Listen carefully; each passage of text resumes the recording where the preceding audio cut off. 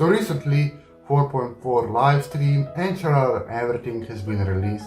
And we now know the new upcoming characters and what they're gonna be like. In today's video, I will guide you through to which characters of the banners that they introduced to pull for in 4.4. So let's get started. Just to get our 4-star out of the way, for the rest of the 5 stars, we're gonna be starting off with Gaming, or whatever you wanna call him, Gaming, I don't know if it's Gaming, whatever it is. In my opinion, his name is too ridiculous, but besides his name, he is a 4-star Pyro Claymore, as you may full guess. This skill makes him do a plunge attack, a quick one, which deals a Pyro AoE damage. Once you activate his burst, he will constantly deal plunge attacks, and his damage will be converted into Pyro, so he's kinda like Diluc but with plunge attacks, and a 4-star version of course. So he is expected to be the 4-star Pyro main DPS. Next up we have Xianyun, really familiar to Xianyun, sometimes even say Xianyun instead of Xianyun because of how familiar her name is. But again, besides her name, let's talk about who she is. She is a 5-star Animal Catalyst, and just like I thought, her skill makes him transform into a bird, just like Fisher can do, same with the Fisher ability. And this bird deals plunge attack, just like with Gaming.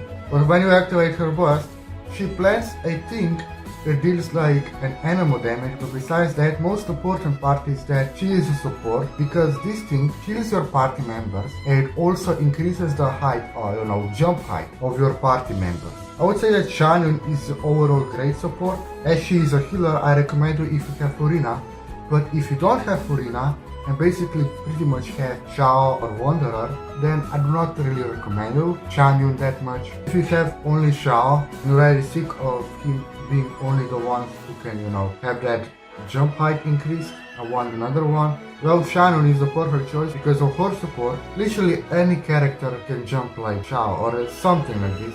I don't know if it's gonna be as high as Xiao jumps, or it's gonna be something really familiar or even the same as this. Now speaking of Xiao, so Xiao is just like another one of those plunge attack main DPS. It's really fun to use, amazing for exploration, to literally fly. But if you don't have Xiao, as I said before, especially if you have Furina, then I recommend the Xianyun, because she can literally turn any DPS into that superpower jump, or whatever you wanna call it. So Xiao is now pretty much a solid unit. It's still a good 5-star animal main DPS, but you can still find better, especially ever since after this update will be released. Yae Miko is also good, very good Electro unit. The point of her skill is that she can place up to 3 pillars at the same time. What those pillars are, I call them, those Electro thingies that she places them, they basically deal Electro damage. They're also especially important for her burst because, when you activate Yae Miko's burst, she deals to all those Thunder Electro AoE damages, but if you don't have any pillars planted,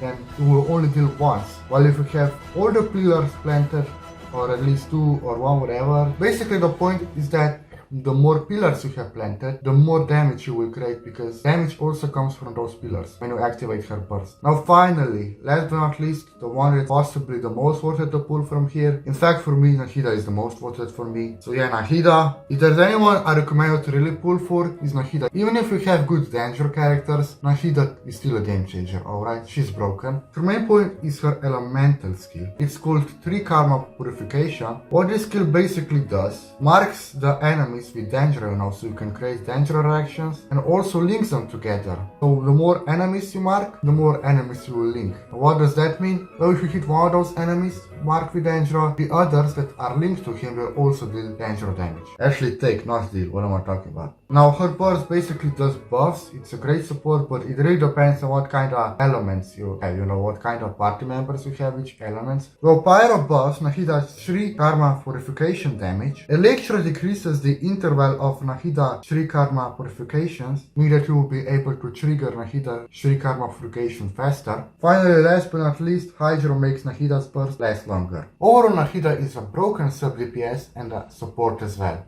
The best danger character, which is the greatest option to deal danger reactions. Anyway, I hope you found this video helpful. If you did, make sure to leave a like, of course. I also have more helpful videos like this, so you can check my channel for them as well if you need.